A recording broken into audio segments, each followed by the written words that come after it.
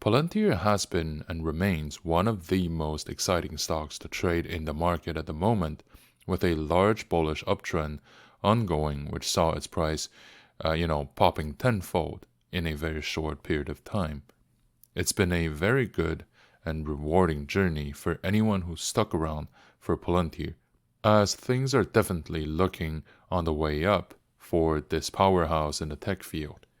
With that being said, if Palantir is a trending stock in the market, it remains a company that few people truly understand, with angles that not everyone buying the shares always, really comprehend, leading them to be vulnerable to volatilities ahead. Many are jumping on the bandwagon to make sure that they don't miss a life-changing opportunity, which may cause a lot of issues if they choose to do so. Whether you like or dislike it, Palantir is a stock that should be understood in order to benefit us. Hey everyone, I hope that you're having a good one and making lots of profits. In this video, we will talk about Palantir and see if it's a good stock for you.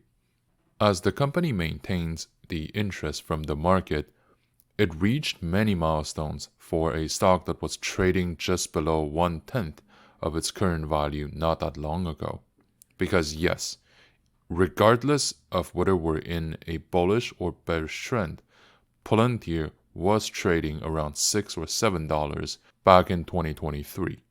The company's operational break-even and profit first saved itself from the continuous bearish trend, and then the AI craze took over the rest. Palantir is now officially part of the major league, and its share price entered into the price discovery phase since then, where the sky isn't the limit. Most people have been holding the bag when the market suddenly turned around back in 2022 due to international crises, and in that difficult context, many were hoping for a partial recovery to minimize their losses. But instead, the market gave us a full triumph for anyone willing to give this company time in order to expand and to grow its operations. With the financial landscape moving thick and fast, it's not surprising if new all-time high can be made in the month to come.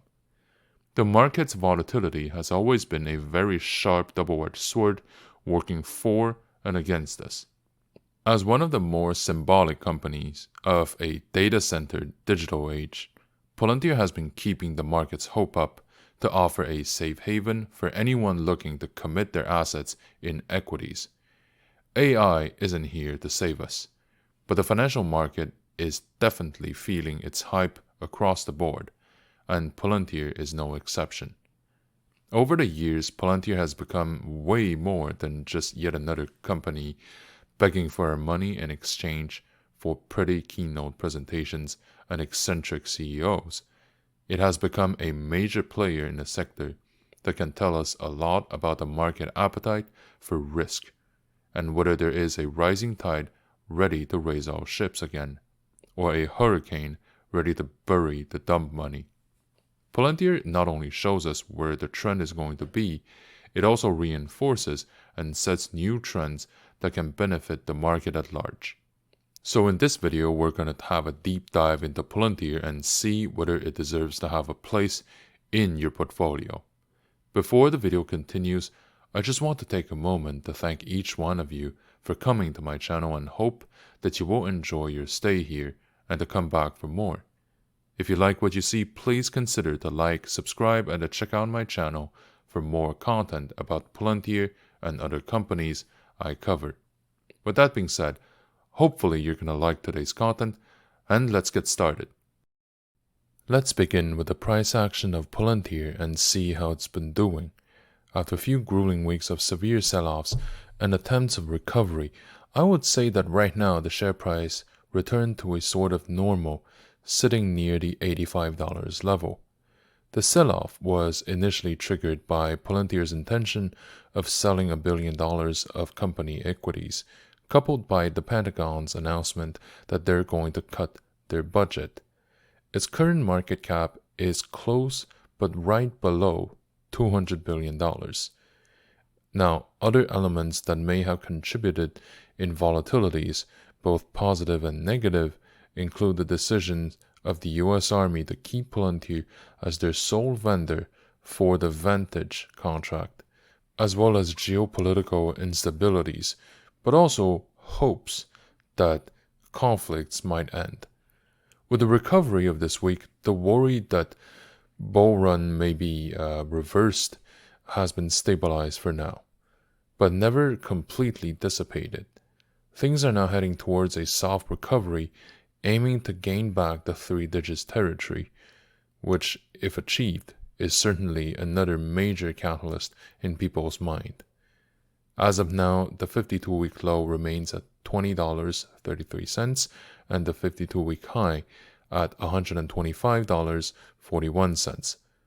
Palantir has been exploring its own path in the market as we speak, as traders have been hoping to see Palantir at a higher price point, as many of them are looking for a safe place to park their money in. Now, given Palantir's shareholder base being mostly retail, it's likely that Palantir's price action has been granted by the collective wishful thinking or fear-mongering, depending on the direction in which Palantir's share price takes. In the short run, the resistance levels of $85 to $95 seem to have been obtained, and there are more and more indications heading towards more bullish tendencies in the days to come. The market volume remains very high due to the recent recovery, totaling about 108 million shares a day versus the 30-day average of 105 million shares. Palantir is one of the rare big caps with a large retail participation, and its volatility usually benefits from this fact. Now, with the ongoing volatilities, the relative volume is relatively low compared to where things were just a few weeks ago. Unlike many tech startup unicorns, Palantir is sensitive to major trends from real-world economy. Economic data releases, changes in key policies, and election outcomes can all influence Palantir's price action. The recent presidential election turned out to be excellent news for Palantir's price action. Peter Thiel, co-founder of Palantir, has always been a close supporter of the president. The company has been maintaining and developing its relationships with the public sector for a long time, especially in defense, healthcare, and customs, all of which are key aspects of the Republican agenda. Despite having contacts on both sides of the aisle, it's obvious that, ideologically speaking, the company is much more in sync with the current administration, which certainly helps for a company that has significant exposure in the public contracts. In terms of media coverage, most outlets follow the current existing trend, and most often try to explain the past instead of predicting the future. Some, of course, suggest caution at all times because they want to cover their bets, especially given how far Palantir has come from with a very generous valuation. Many suggest that Palantir may be on the cusp for even more bullish catalysts and growth going forward, given the change in economic landscape in the years to come, the interest rate decreases that we think will happen, and the potential changes in the geopolitical events around the world for the better. The articles themselves are not worth analyzing one by one, but the overall tone set by the media landscape as a whole tends to be a forerunning sign for the trend continuation or reversal. The valuation of Palantir is fueled by the company's own performance, along with the surrounding environment and investors' need to find a refuge in an uncertain era. A lot of people are looking for a decent entry point to make a comeback in the equities market. So, given the composition of the shareholder base being more retail than institutional, Palantir has always been a stock made of momentum and a large dose of anticipation and self-fulfilling prophecy, instead of a level-headed analysis on its actual numbers.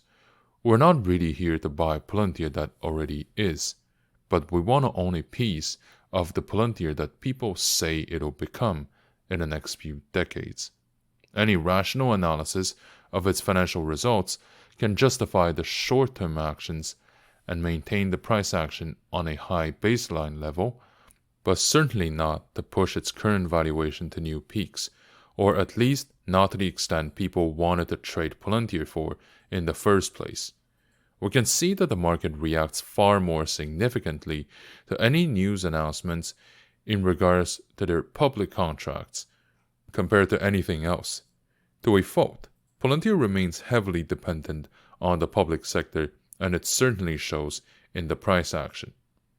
The region with a lot of support seems to be 80, above which we're still in the price discovery phase, which provides a large amount of stability for the price movements.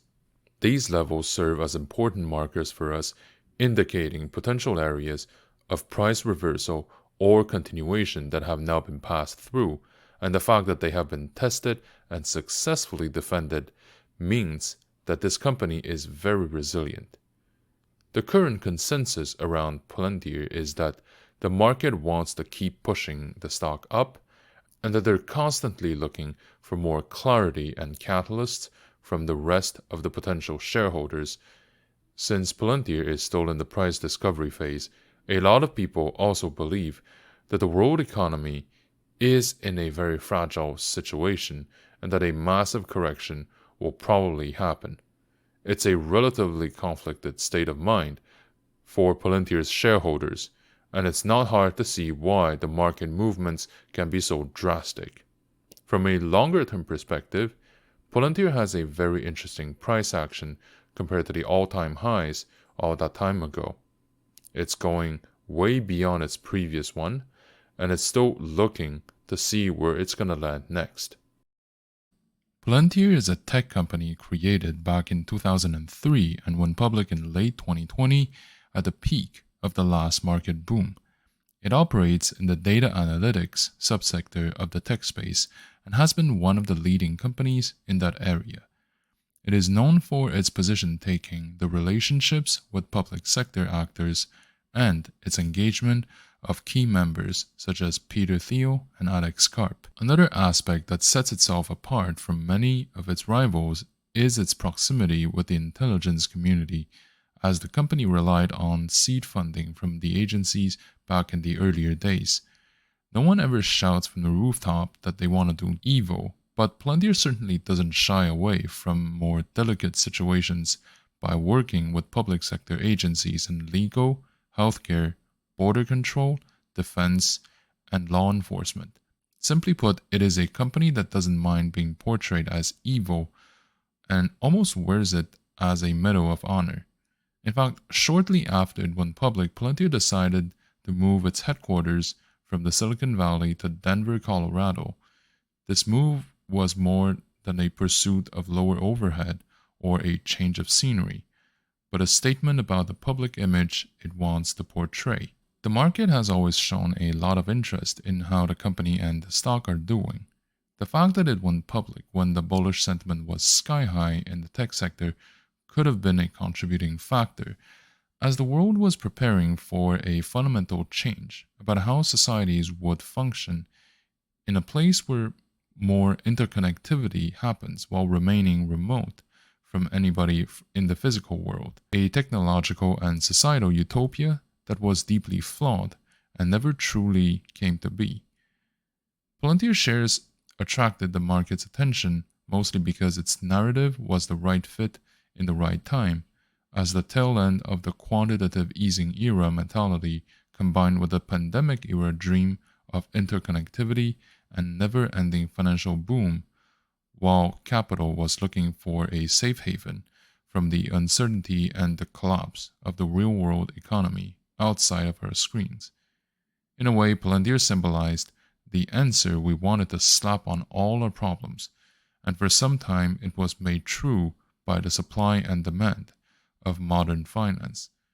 We are interested in Palantir's promise of reaching ever higher price levels, a promise that seemed set in stone when large quantities of money were pouring in a company with deep pockets backing it up, as the world was preparing to enter in a new era of endless growth and prosperity. This bullish and very optimistic narrative about Palantir has been backed up by the numbers. Financial information has been known to move the market as stakeholders want to have their assumptions validated by something concrete. Gross margins, cash flows, and revenue growth are some of the most sought-after data points that people want to know about Palantir when they do their analysis. The growth margin measures how profitable Palantir truly is at the core. Beyond the quality of its marketing campaigns, the hype around its projects, or its brand power, gross margin tells us whether there is enough demand for what the company is selling, and if each additional dollar covers the additional expense that the same dollar generates alongside. To that end, Palantir is a very successful company with a decent profit margin, even when the shares were trading below $10 during the last sell-off period. This was the first sign that Palantir is more than just an empty promise begging for your money. The business model is something that can be scaled up and marked up because it has true fundamental value and it is validated by the market and its clients. Once the core business model has been validated, cash flows tell us whether Palantir will need to go through cash injections to keep its operations going. And very often, a tech startup may ask shareholders to pitch in even after they bought the shares, because the funds collected from equity sale is not enough to cover the operating expenses. If that were the case, it would be a sign of weakness from the company because it would mean that the company's own operations are not profitable enough to stand on its own 2 feet. For Palantir, that problem is also non-existent because its cash flows have been positive for quite some month, mostly because its operations are profitable and it doesn't need to dilute its shareholders to keep the lights on. However, these numbers are not enough to push Palantir higher. The most important factor is the growth rate of revenue, especially from public sector. Like many other tech companies listed on a Nasdaq, people buying Palantir want to buy the powerhouse to become, not the decently profitable company that is. This would also explain the high multiplier that Palantir is currently enjoying compared to many other blue chips companies in more mature sectors. This is a double-edged sword for those who want to dabble in the tech field in general, but for Palantir, the public sector aspect is an additional side to watch for. Since most of its growth does come from the public, any additional partnership with healthcare, defense, or law enforcement departments may trigger massive upsides for its shares. On the flip side of the coin, every time an existing partnership ends or a scandal makes it to the headlines, Palantir shares may see a dip that could take a few days to come back from. These 3 measures are what define Palantir and may explain its dynamics in the market in general. It is an interesting company that people are putting a lot of hope into because its financial results are good and do suggest that Palantir has the potential that people claim it does. Because Palantir is a highly specialized and unique company that is praised for its technical expertise and noticed for its position taking by its management and shareholders, it's always been the center of a lot of interest, talks, and speculations from the market stakeholders, as well as the media outlets. Along with Nvidia and Tesla, it's probably one of the most talked about companies in the world, despite the fact that it has a much lower market cap than many other blue chips companies. Hardly any day goes by without an article to be written by major media outlets about how Palantir is doing, or where they believe it's going to land. The coverage can be relevant in 2 ways for our analysis. The articles can give us a feeling or a sense of what is the current market consensus about what happened, and the mood that is the most likely to influence what's going to happen next. Their tone is often determined by the price action at that time and plays the role of current trends amplifiers rather than contrarians showcasing potential trend reversals. Even if it's not a crystal ball allowing you to see where the price is going to go next, It can always tell you what the current sentiment is, which may allow you to take a hint of what the next move may be. The second level of analysis is more basic, but also more useful. It is not about the content but the quantity of the coverage. Depending on the number of articles written about Palantir as well as who writes about it, we can have a rough estimate of how popular the company, the narrative, and the sector are in people's mind. Alongside the potential upsides, entire economies may benefit from this as part of trickle-down liquidity from risk-seeking capital. Ultimately, papers want to sell clicks, just like investors want to get alpha. If there are shining bubbles in the market, news outlets are usually very fast to pick them up, validating the overall direction of any subsequent bull runs. The number of articles currently indicates that the market is interested in what happens with Pltr, and the anticipation is a further increase in price when the interest rates begin to decrease and fall. We just have to be careful about the limit of analyzing news articles, as they tend to describe the direction the wind is currently blowing, but far less effective when it comes to predicting where things are going to go next. Now, obviously, since you're looking up about Palantir, chances are there are unique aspects piquing your interest.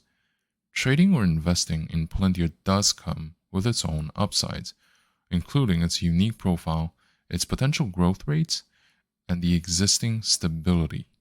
Palantir is a company operating in the data analytics subsector, which is a very promising place, lots of favorable talking points and potential vectors for future growth going forward. The world is getting more digital and analytical on a daily basis, as more and more business decisions will need data-driven information in order to make that call, as well as to optimize daily operations and locate the trends of the future. Pltr has been trading for a few years, but its existence dates back more than a decade ago, and its expertise does bring it head and shoulders above many of its rivals.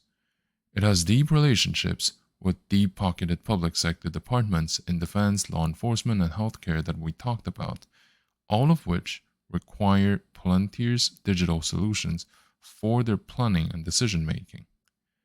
Unlike many of the Silicon Valley unicorns, Palantir also doesn't pretend that it doesn't do any evil or that it lives in a perfect world. The HQ move to Denver, along with the Davos speeches of its CEO Alex Karp, do suggest that Palantir is willing to take on the challenges of the future and that it's not afraid to say so out loud. The relationships established by Alex Karp and Peter Thiel, two of the founding members of Palantir, have opened many doors in both public and private sectors, allowing Palantir to cruise on the trends. Recently, it also announced that it's going to participate in the trending AI field, which is one of the main reasons for the stock to go from $15 to $30. In addition to all this, Palantir does have a layer of stability that many of its rivals don't have, and that can be seen in its cash flows. Palantir's cash flows have been in the positive for some time already, which is a rare advantage above many of its competitors because it means that a company can sustain itself in terms of the needs and doesn't have to beg investors for more cash injections in exchange of dilutions. With that being said, investing in Palantir also comes with a few unique downsides due to its company profile and the characters of the sector itself. Being a company that analyzes data for a living, Palantir will be more exposed to potential legal problems compared to other industries.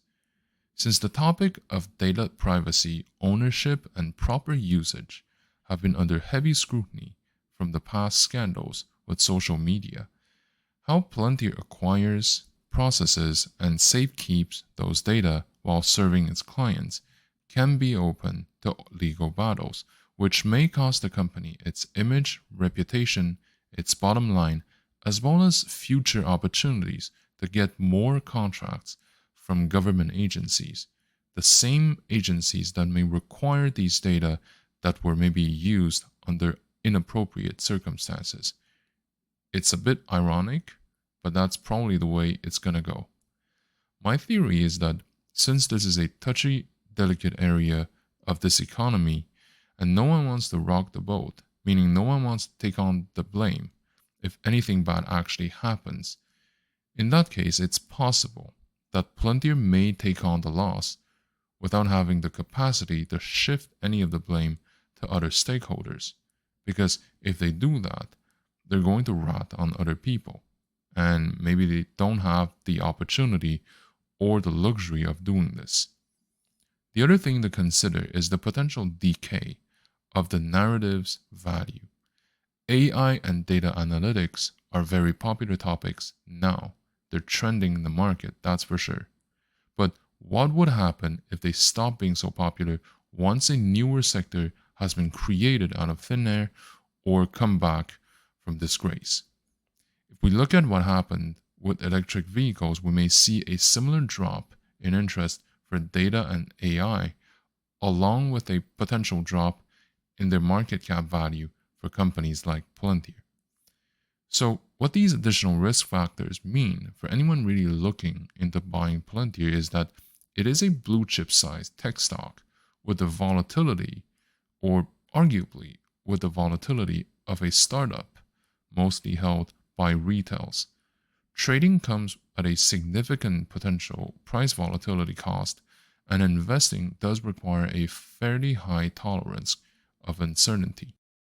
So, right now, the global markets are facing a complex interplay of factors that have the potential to significantly influence the equities worldwide.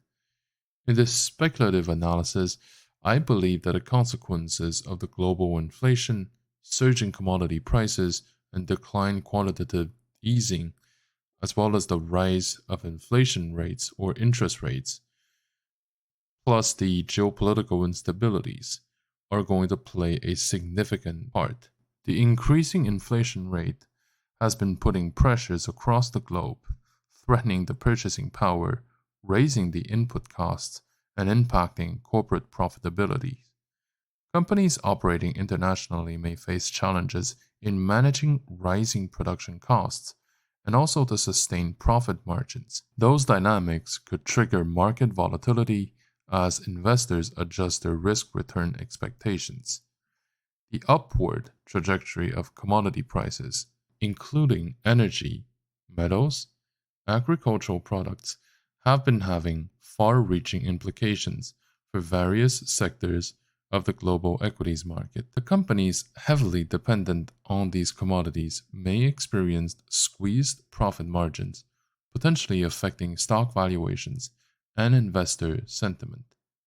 The reduction or the end of QE's quantitative easing measures by the central banks worldwide may have resulted in reduced market liquidity. So, this in turn could lead to higher borrowing costs for companies seeking capital, which may also discourage investment activities or will. The elevated market volatility plus the reduced investors' appetite may also continue to occur. Now, the central banks around the world are tackling this delicate situation of balancing the inflation rates with the economic stability and, if possible, growth.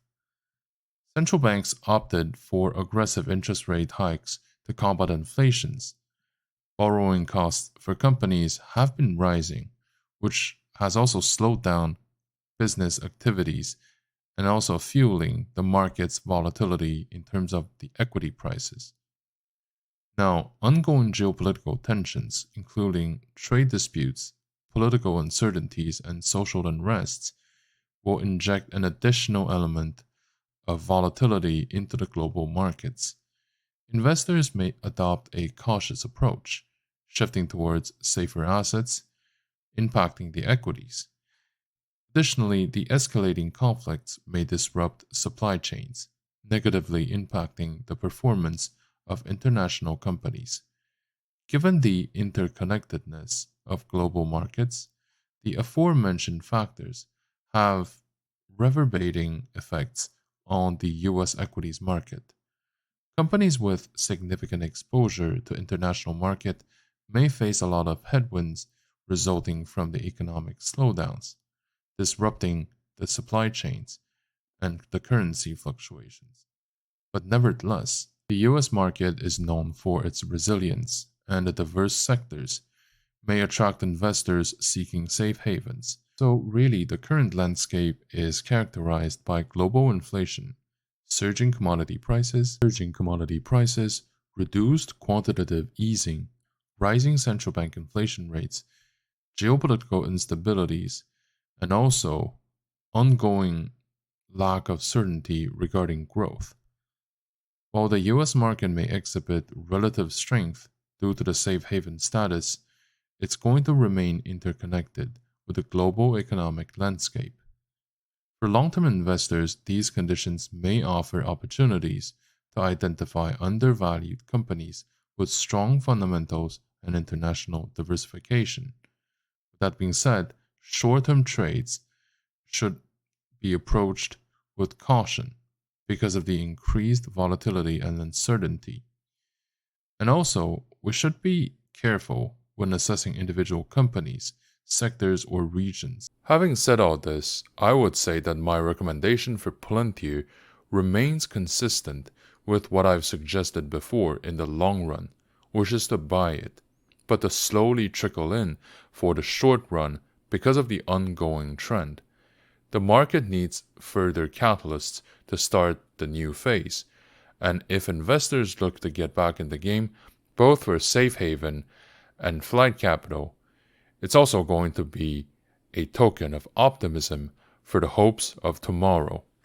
The share price does look a bit steep right now, so if there are further pullbacks in the upcoming month, then all the better. I would recommend that you put overall 8 to 10% of your money into Palantir and to gradually buy in over the next 18 months.